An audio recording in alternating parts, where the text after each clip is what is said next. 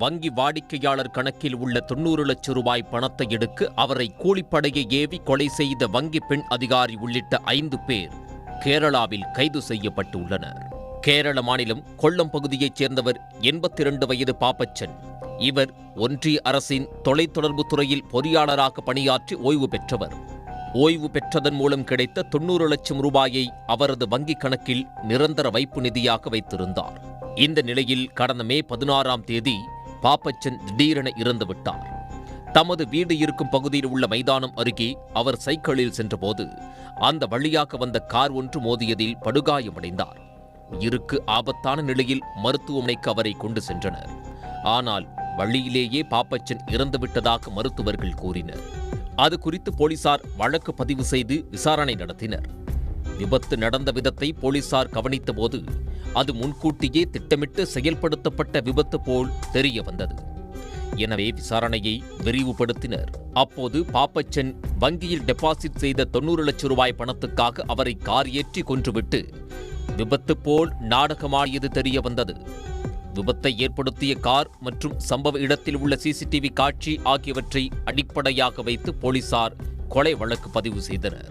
விபத்து ஏற்படுத்திய காரை முக்கிய துருப்புச் சீட்டாக வைத்து போலீசார் துப்பு துலக்கினர். அப்போது அந்த காரை வாடகைக்கு எடுத்தவர் 45 வயது சரிதா என்பது தெரிய வந்தது. அவர் கொலையான அப்பச்சன் வங்கிக் கணக்கு வைத்துள்ள வங்கியின் பெண் மேலாளர் ஆவார். அப்பச்சன் வங்கிக் கணக்கிலிருந்து அவரது கையெழுத்து இல்லாமலே டெபாசிட் செய்த பணத்திலிருந்து 40 லட்சம் ரூபாய் எடுக்கப்பட்டிருப்பது தெரிய வந்தது. அது குறித்து சரிதாவிடம் அப்பச்சன் கேட்டுள்ளார். அந்த பிரச்சினை விரைவில் தீர்க்கப்படும் என உறுதியளித்து திருப்பி அனுப்பியுள்ளார். அப்பச்சன் பணத்தை முறைகேடாக எடுத்த சரிதா எஞ்சிய பணத்தையும் அபகரிக்க திட்டம் வகுத்துள்ளார். அப்பச்சன் அவரது குடும்ப உறுப்பினர்களுக்கும் இடையே நல்லுறவு இல்லை.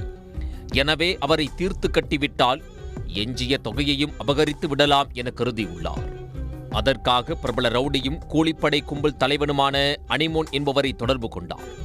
அவரது உதவியுடன் அப்பச்சனை கார் ஏற்றி கொன்றுவிட்டு விபத்து போல் சித்தரிக்க முடிவு செய்து செயல்படுத்தியிருப்பது போலீஸ் விசாரணையில் தெரிய வந்தது. அதற்காக சரிதா பெயரில் எடுக்கப்பட்ட வாடகை காரை சைக்கிளில் சென்ற அப்பச்சன் மீது மோதி கொலை செய்து இருப்பதும் உறுதியானது.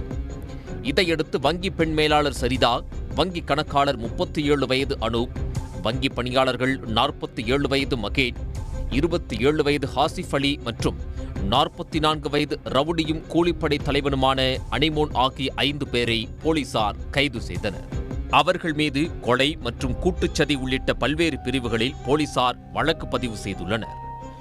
ஓய்வு பெற்ற BSNL பொறியாளர் கணக்கில் உள்ள 90 லட்சம் ரூபாயை அபகரிக்க அவரை கார் ஏற்றி கொன்றுவிட்டு விபத்து போல் சித்தரிக்க முயன்ற வங்கி பெண் மேலாளர் உள்ளிட்ட 5 பேர் கைது செய்யப்பட்ட சம்பவம் கேரளாவில் அதிர்வலைகளை ஏற்படுத்தியுள்ளது.